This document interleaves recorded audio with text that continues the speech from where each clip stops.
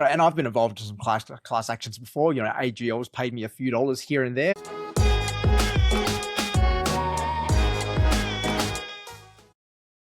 This week in e-commerce, episode 129. I am Mal Chia, back with you as we are halfway through March. Alex, how are you?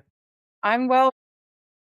I'm doing pretty well, except for I'm feeling a little sick at the moment. I think I've been home for like the last 2 weeks, and I think the lack of travel is catching up to me. I feel like that's normally the opposite. People get sick in airports, but not you. It's what keeps you Yeah, immune. yeah. Yeah, that's just the way my body works nowadays. But yeah, look, I think the weather's kind of all over the place. It's raining here in Adelaide today, which is a little bit mental, and I was not prepared for. No, it feels like it's a change of season coming, and it's definitely getting darker. I'm getting more keen for daylight savings or the time swap anyway. Yeah. I was like 8 o'clock, and it's like, hang on, like it's actually dark out. What's going on? I know. It's weird. All right, we're going to dive straight into it, and our first quickie for the day is Lululemon have been caught up in a $702,000 ACMA fine for breaching sending commercial electronic messages without consent. So this is obviously in violation of the Spam Act. They were sending marketing emails to customers who had either unsubscribed or never consented. Which is fairly common, but then also putting commercial messages into transactional emails, such as shipping notifications and things like that as well. Yeah, this one's been all over LinkedIn and a few different sites to me the last week. Think that the tying in of the commercial messages into their post-purchase flows was a bit sneaky and it's caught up on them. Yeah, well, I think a lot of people aren't aware of it, to be honest. And so many brands I work with, they don't really understand why they can't do certain things. And I think ACMA and the ACCC have obviously not really been enforcing this very closely, not in the same way that the GDPR is being enforced in the EU.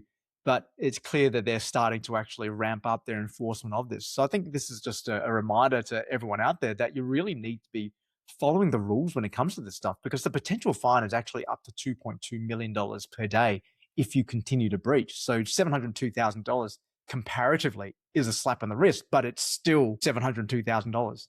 And I think to Lulu's credit, though, they did admit the situation. They were fairly contrite with it and are now working with ACMA to resolve this and have promised to be implementing improvements. Yeah, I saw some comment. I can't remember who said it, but it made me chuckle with like $702,000. That's a lot of Lululemon tights, Yeah. It's not a small amount of money, obviously, for a company like Lulu, they'll be okay. But yeah, it's definitely something to make changes for, so you're not caught up in that moving forward. Yeah, so definitely make sure that in whatever you're sending out, go and check that now. Make sure you don't have any sort of marketing or promotional messages in there. Even just promoting a new sale or a new collection coming up in a post-purchase or any sort of notification does violate that. But then also particularly with unsubscribes as well. That's a really big one, particularly if you are using different providers for your email and your SMS. Making sure that you are opting people out in whatever your main source of truth is, if they are unsubscribing through a different platform. And that's a fairly common one I see a lot as people use different SMS providers to their main ESP. Yeah, that's a really good call out, thinking about how those two platforms can talk together and if you're doubling up on messaging and those opt-outs as well. Yep. Now, in a similar vein as well, US alternative fashion brand Dolls Kill, who I've been a fan of for a number of years now, they are now caught up in a class action lawsuit alleging that they have been engaging in deceptive and misleading conduct, particularly through creating false urgency with sales. So doing the typical, hey, sale ends at PM Friday, but leaving the promo code live or even the sale live until, for instance, so for significantly longer. And what the class action lawsuit is alleging is that this is misleading by creating false urgency. So people who wouldn't have normally bought are now buying instead. So this is a really interesting one. I think that, it's saying that you've got this added urgency, and if it was less urgent, I may not have bought. I'm a bit on the fence about this because I think if this made you buy, you probably would have bought anyway in the next 2 days. Those damn marketing tactics have worked on me. Like, I think the interesting piece is how this works in America and it being that class action suit, whereas what we just spoke about with Lululemon being from ACMA and being that kind of that legislation government board. But the class action of it all seems weird, where there's just these upset consumers that they ended up opening their wallets. But you have law firms over there who do nothing else but reach out to a lot of people and try to drum up a class action. And I've been involved in some class actions before. AGL's paid me a few dollars here and there for various things. So it's not like they don't happen here either. But it Mm. is something where it obviously was a big enough problem that enough people jumped on it and said, yes, you know what? I spent money which I wouldn't otherwise have spent. Please pay me back. Yeah, we'll have to see how this one goes. I think that, like, look, to be honest, what happens in America won't necessarily flow down here when it comes to that jurisdiction, and whether that flows into how brands are talking about their products. I don't know. What's your take? I'm not, like you said, I'm on the fence. Yeah, I'm on the fence, but also I do suggest that it's good to err on the side of caution, that if you do say that if something is ending at a certain time, you should end it at that time. And I see it Yeah. happen a lot because it does breach trust at the end of the day. And it only hurts you whether there's going to be a class action or some sort of fine. That's a separate issue. It's more about the consumer trust which you lose, because you're saying, hey, final hours, but if it's not final hours, then next time it's like the boy who cried wolf. People aren't going to respond. So you're better off actually keeping things short and tight to what you say rather than extending it out. Yeah. Yeah. No, 100% agree with that. All right. And in the case of Katy Perry versus Katy Perry wins. So this has actually been a long time running. It's a 17-year trademark battle between Katy Perry, who's the fashion designer here in Sydney, Katie, I should say, Mhm. Katie Taylor, who trades as Katy Perry, who registered the trademark in 2008 and has had a long-running legal battle with Katy Perry, the pop star Katy, for a number of years now. We're alleging that the Australian Katy Perry has violated the trademark, and Katy Perry, the pop star, actually registered a trademark for clothing in Australia. So this has been ongoing for a while. It's been in the federal court since 2019, then was overturned in 2024, but now has won in the High Court with a 3-2 majority ruling saying that Katy Perry, the Australian designer, what could use her trademark and was not in violation of Katy Perry, the singer. So this is really interesting just around the whole trademark piece, that you do need to be really careful. But if you are using a name consistently, you should trademark it just in case that someone doesn't come in and attempt this sort of thing, particularly if it happens to be the name of someone who may not be a star now, but may become a star in like 10 or 20 years. Yeah, absolutely. And in the world of pop culture and celebrities, just because they're a singer, we've seen them all branch into consumer goods, makeup, perfume, clothing. So thinking about your vertical and how people are crossing over more and more as well. That's a great call out. The interesting one here, though, is that because Katy Perry, Katy, was so famous, they said that there was no chance that people would actually confuse them, because they would understand that Katy Perry, Ty, is different to Katy Perry, Teie. So it actually worked against her in this case. Yeah, I can't imagine how difficult it would have been writing or hearing those submissions in court. Like, just trying to understand which one we're talking about, and that's kind of to the point, right? Yeah. Yeah. All right. And our last quickie is RM Williams and the Australian Fashion Council have teamed up to table a 10-year strategy to Parliament to re-establish globally competitive domestic textiles and fashion manufacturing in Australia.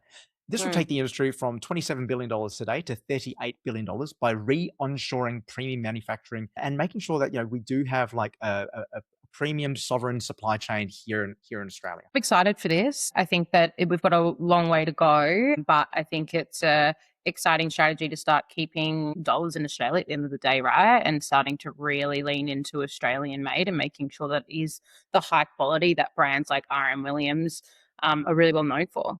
Yeah, exactly. I don't think Australia can ever compete for that mid-market or lower market. And you know what? We don't want to. We Yeah. should be creating more RM Williamses. The fact is that the RM Williams boots, their iconic boot, has been made in Australia for I think about 100 years now. Something like that. So it's a long, long time, and people all over the world seek it out because it's so well known. It's known for that Australian quality. It's known for its iconic design and the manufacturing. So instead of focusing on the lower end, let's bring some more of this high-end premium manufacturing back to Australia. I can absolutely see this working, and I think it's a fantastic move for us. Yeah. And the job creation around that craftsmanship and that being a really viable kind of career path for people as well. I think that's really exciting. That handmade high quality piece. To your point, I don't think we want to compete with that low mid market production line. Yeah, there was actually a spider chart which Dario Amodi, the CEO and founder of Anthropic, which makes Claude, put out a couple of weeks ago, showing which jobs are going to be taken over by AI, and anything to do with your hands would not be taken over by AI. Yeah, I saw that same chart. Very, very interesting. Look, and I think he's right. Anything to do with our hands, let's try to bring that back to Australia. Yeah. All right. Until 3D printing takes over. Yeah. Well, we've already kind of done the 3D printing thing, and you know what? It wasn't very good. No, it didn't take off the way we thought it would. No, no, there was a lot of talk about that, even like printed houses and things like that. But the quality Yeah, is always rubbish. correct. And our first deep dive for the day, we are going to get into Amazon, where Amazon have announced last week that they are building a $750 million robotics fulfillment center in Queensland. So Southeast Queensland in Logan, which is home to LSKD, they are building a 150 square meter, 4-level fulfillment center. So a warehouse, which is roughly double the size of Suncorp Stadium. That is ginormous. And it's going to be primarily servicing Queensland-based SMB retailers. Yeah, it's a massive investment. And just that location piece just to service Queensland. A lot of Amazon orders going on over there. Yeah, look, and also a lot of retailers over there as well. Mm. Queensland, Gold Coast are really becoming a big hub for retailers who are moving there as well. So it makes sense that you would want to be able to fulfill them by making it easy for them to get their goods to you and then Mhm. be able to ship it from there as well. But it does, again, just that calculus of just like Amazon being able to ship things the next day just becomes so much more like so enticing. Just so looking at on Reddit for a few of the brands who I work with, people are choosing to buy from Amazon directly rather than D2C because of that next day shipping, and you don't have to pay that shipping cost. So it's becoming so inevitable now for a lot of brands that they have to be on Amazon. Yeah, 100%. And yeah, the Amazon Prime membership just makes it even more compelling. Yeah, and as much as I try to pull away from it, because Amazon are clearly not doing a lot of good in the world, you just can't because if you need something the next day, yeah, it arrives and the price is generally pretty good. And I also think the robotics angle as well, that yes, it's going to affect like jobs, like, but these are, hopefully it's not taking away jobs, but that efficiency which you get from the robotics, being able to provide that heavy lifting of pallets, being able to automate all those repetitive tasks, it just kind of shows that it's just going to speed up more and more. So Amazon, if you for anyone in Queensland, you're going to be able to get that order even faster than you were before, which does mean that for anyone who sells a lot into Queensland, it's going to be hard for you to compete against that because they're going to be able to get it the next day. And if you're going to take 3, 4, 5 days to get it from another state into Queensland, you really need to start thinking about how do you actually have fulfillment directly from Queensland. Hmm.